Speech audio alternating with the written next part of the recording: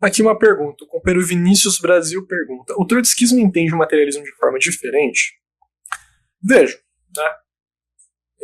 Eu nunca me aprofundei nas obras filosóficas de Trotsky para ver alguma divergência muito clara. Do que eu li, pelo menos na aparência, né? Então na aparência de defender o materialismo dialético nos termos que eu coloquei, na aparência ele defendia. É algo que aparentemente, então, ao conceber o materialismo, então o problema de preceder, né, a matéria preceder o pensamento, preceder a consciência, a compreensão da dialética como oposta à metafísica, isso ele compreendia na aparência, certo? Qual que é o grande problema do trotskismo?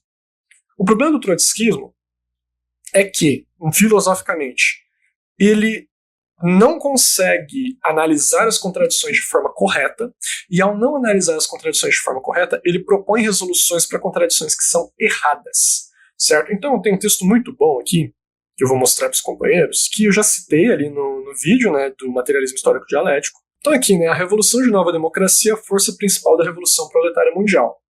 E aqui é um documento, né, que faz uma profunda crítica a vários revisionistas que hoje se afirmam maoístas, né, então como Bob Avakian, como Prachanda, né, e particularmente os defensores da chamada teoria marxista, entre aspas, da dependência. E ele mostra aqui que, na fundo, as concepções do trotskismo elas se fundam precisamente num problema filosófico, né? E o problema filosófico trotskista, né? Todas essas que eu falei, tanto da teoria marxista da dependência, quanto de Avakian e Prachanda, que é o problema de não identificar corretamente as contradições e o método correto para resolvê-las, certo? Então, o trotskismo, por exemplo, ele via a contradição democrática na Rússia, ele via a contradição do problema do campesinato com o sistema latifundiário nos países de terceiro mundo, e aí ele coloca isso lá no seu livro A Revolução Permanente. Nos países de terceiro mundo, né, vai ser resolvido o problema da contradição democrática, de campesinato e latifúndio, não como a ditadura democrática revolucionária de operários camponeses, que era o termo na época que o Lenin usava para descrever a aliança operário-camponesa na superação do sistema latifundiário, na conquista da terra privada para o campesinato, que posteriormente o presidente Mao Tse-tung vai desenvolver em Nova Democracia. Ele falava, vai se desenvolver através do coletivismo e da revolução socialista imediata. Ou seja, os países de terceiro mundo, na qual a contradição principal era campesinato e sistema latifundiário, se resolveria com o método da revolução, cujo contradição principal resolve proletariado e burguesia. Né? Então, o fundo problemático na concepção filosófica de Trotsky era essa tergiversação de parecer ser um ultra-radical esquerdista, mas que na verdade não compreendia as contradições e o método correto de resolução de cada uma delas. E esse documento demonstra isso perfeitamente, demonstra isso cabalmente, né? Mostrando de fundo várias ideologias até hoje que são trotskistas, né? E que na prática o que parece ser um desvio de esquerda ultra-revolucionária, entre aspas, na verdade é um desvio de direita. Por quê? Porque ao fazer isso, acaba por não avançar a luta revolucionária em nenhum lugar e acaba caindo em cretinismo parlamentar e naquele sectarismo maluco que degenerou a Quarta Internacional, certo? E é fato, fora da Argentina e outros pouquíssimos países, o trotskismo nunca levou o movimento de massas em lugar nenhum, precisamente porque não sabia analisar as contradições e dar a resolução correta para resolvê-las. Certo? Esse era o problema filosófico do trotskismo, para além de todos os outros problemas que o trotskismo acarreta. Então, que fique claro, né? Como eu falei, na aparência, se você ler textos filosóficos de Trotsky, que tratam de filosofia, muitas coisas que ele fala são corretas, beleza, tem um relógio parado certo, mas a compreensão dele da lei da contradição e do método correto de resolução das contradições que o presidente Mao postulava, ele degenerava completamente, né? Propunha resoluções, entre aspas, ultra-esquerdistas para contradições democráticas, né? Então propunha coletivismo e revolução socialista para uma contradição que é democrático-burguesa, então o campesinato do sistema latifundiário, e ao fazer isso não conseguia unificar as massas dos países oprimidos para uma revolução de fato, uma revolução, uma guerra de massas contra o capitalismo burocrático daqueles países, por exemplo, né? E o que explica também o fato da Internacional Comunista, de todos os países sempre coloniais, sempre feudais, terem adotado a linha, né, da IC, a linha de Stalin, né, que colocava justamente a necessidade de uma revolução democrática, né, e que foi o que fez fazer triunfar o socialismo em um terço do planeta após a Segunda Guerra Mundial, após a Revolução Chinesa, né? 1/3 do planeta, sob o domínio e ditadura do proletariado, em grande parte, né, particularmente a Revolução Chinesa, dirigidos por revoluções democráticas, ou seja, resolvendo o problema do campesinato com o sistema latifundiário e avançando na contradição com a burguesia para e passo, né? Desde o início, expropriando a grande burguesia burocrática, mas mantendo a pequena propriedade do campesinato para garantir o seu apoio durante a Revolução. Quais obras, textos recomenda para entender o cenário político atual e das últimas décadas do Brasil? Olha, companheiro, eu recomendo, como sempre, né, os textos, né, os documentos do jornal Nova Democracia. Né? Eu acho que é o mais fundamental para estar compreendendo, né, tudo que vem se passando, né, nos últimos tempos, nas últimas décadas. Claro, não é um livro, né, não é um livro, mas que traz aí vários editoriais, várias compreensões importantes do que vem acontecendo, particularmente, né, se você pegar principalmente a linha editorial do jornal e os editoriais que vão sendo feitos, particularmente, né, do período de ascensão do oportunismo ao governo, né, ao Estado, como chefe de Estado, o esfacelamento do oportunismo, né, com as grandes jornadas de junho de 2013 e as manifestações contra a Copa de 2014, que levou fundamentalmente, né, a uma derrocada do oportunismo que até hoje não conseguiu se recuperar, né, mesmo ganhando nacionalmente, nunca conseguiram ganhar o tanto de prefeituras e governos estaduais que ganhavam, né, o oportunismo até hoje não se recuperou de 2013 a 2014 com o levante da juventude revolucionária, com levantes operários e camponeses da época, certo?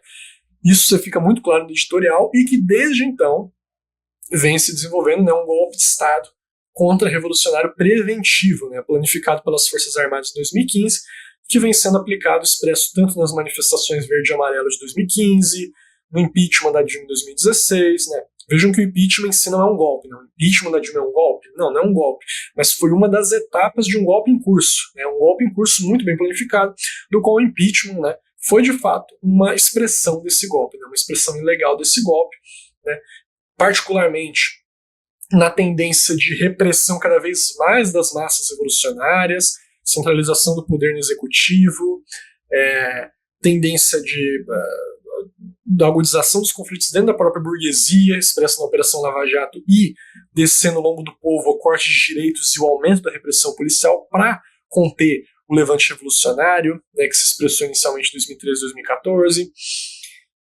Para além disso, né, o avanço cada vez mais do que se chama de neoliberalismo, que de liberalismo não tem nada, né, o liberalismo não é isso, né, o liberalismo clássico já está morto, o que existe é uma política de austeridade criminosa para retirar cada vez mais direitos, tirar cada vez mais controle dos próprios estados burocráticos sobre as grandes empresas, e concentrar cada vez mais poder no capital internacional, aumentando cada vez mais a carestia e a miséria das massas. Né? É nisso que esse golpe consiste e que se expressou após 2016 na prisão do Lula, né, na eleição do Jair Bolsonaro, né, que foi se expressando em várias etapas desse golpe, certo? E que agora continua em curso. Né? O golpe não deixa de existir, o golpe continua ocorrendo. Né? Inclusive eu vou tentar achar um texto aqui que é muito bom. Esse texto aqui é fundamental, é um texto de situação política, né, que era A Justeza da Análise e o Golpe Militar que Nem Todos Previram, de 2020. Né, que mostra justamente todas as análises que o jornal foi desenvolvendo nos últimos anos, na última década, né, demonstrando o problema do golpe de Estado que foi se desenvolvendo em nosso país em todos esses anos, né, e que culminou já em 2020 lá com aquela comprovação do envolvimento do alto comando das Forças Armadas, né, como direção do Estado, né, que é a própria tese do Nelson Werneck Sodré, né, do governo militar secreto que manda no país, para além de partidos políticos e instituições, é o alto comando das Forças Armadas, que dirige todo esse processo, né? E através desse texto que os companheiros podem até ver como isso já era muito bem analisado pelo jornal, né?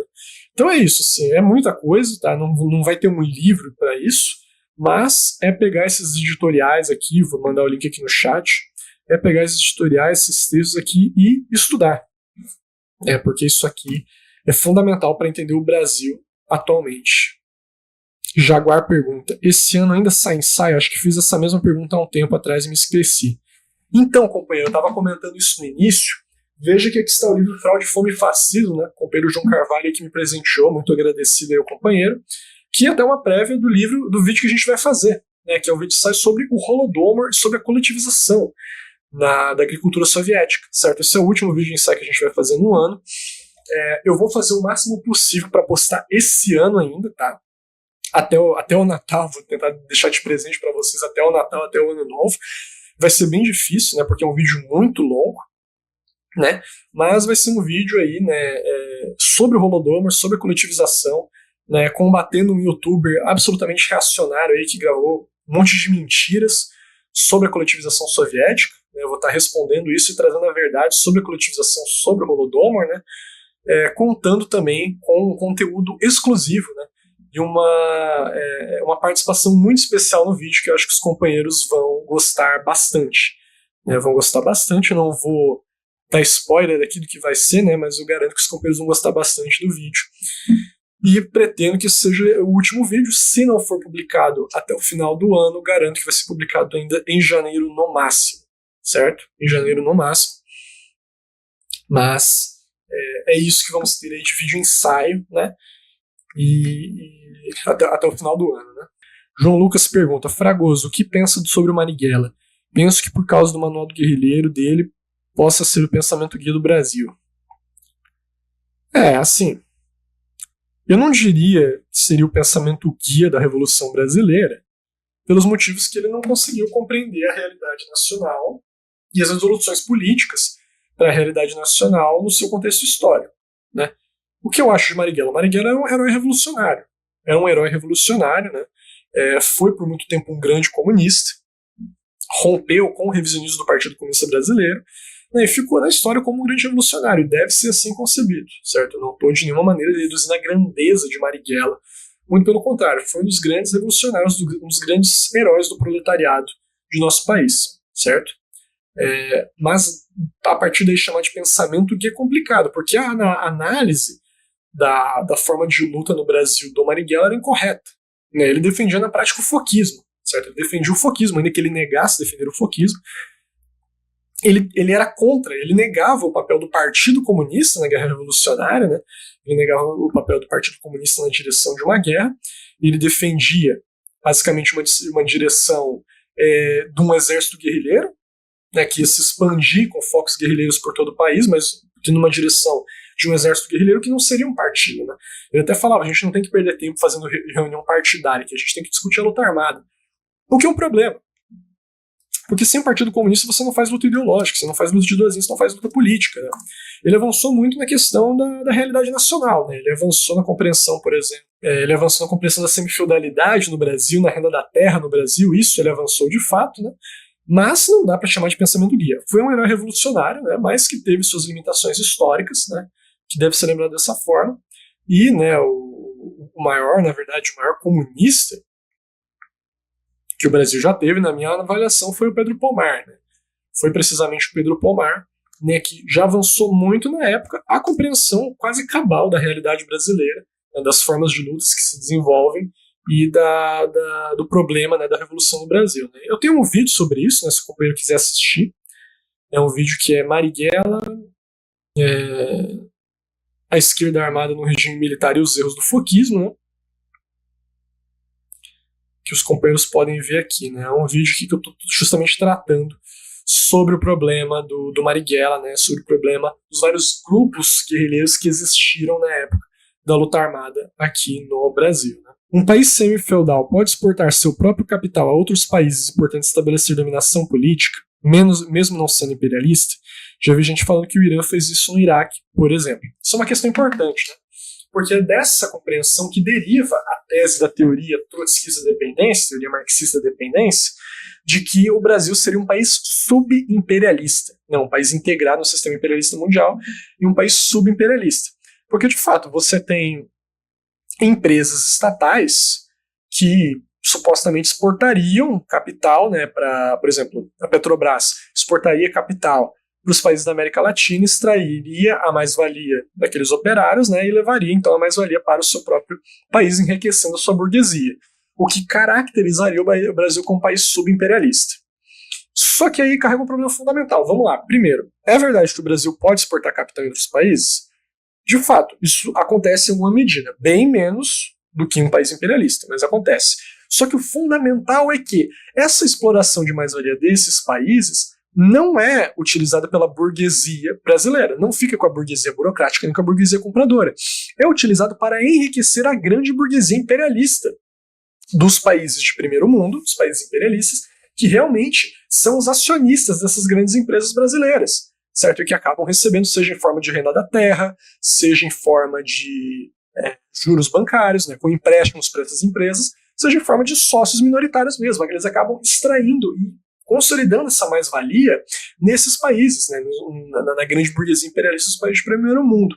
Então, na prática, né, é possível sim que o Brasil exporte capital, mas a grande diferença fundamental é: o Brasil é um país usurário ou ele é um país devedor? Né? Ele deve para os outros países ou ele estabelece dívidas com os outros países? Ele domina politicamente os outros países através de uma dívida externa? Né? É precisamente o contrário. É precisamente o contrário. O Brasil é um estado devedor em relação aos países imperialistas, principalmente o imperialismo yankee, que é o principal inimigo do planeta hoje, que é de fato o estado usurário que estabelece as principais relações, né, de dominação com o Brasil, certo? Então, isso também acontece com o Irã e Iraque. A diferença é que o Irã é mais ligado à Rússia, né, a potência imperialista russa, a potência atômica, né? Sim, o Irã pode exportar capital para o Iraque, enriquecendo daí a grande burguesia russa. Pretende fazer um vídeo sobre a União Soviética revisionista? Pretendo, sim. Né? Vai ser a Contra-Revolução da União Soviética parte 2, né? Eu fiz a Contra-Revolução da União Soviética parte 1, que era o vídeo sobre a Trotsky, né? Bukharin, Kamenev, Zinoviev, a Contra-Revolução dos anos 30, e eu pretendo fazer a parte 2 avançando lá para o período do revisionismo, quando tomam o poder na União Soviética. Né? E por fim, era Swartz. A Revolução Cubana é uma revolução pequeno-burguesa que é influência para a esquerda armada no Brasil? Sim, é uma revolução pequeno-burguesa que é influência para a esquerda armada no Brasil, de fato. E a gente tem um vídeo sobre isso, inclusive. Né? A Revolução Cubana inspirou inúmeros grupos revolucionários aqui no nosso país.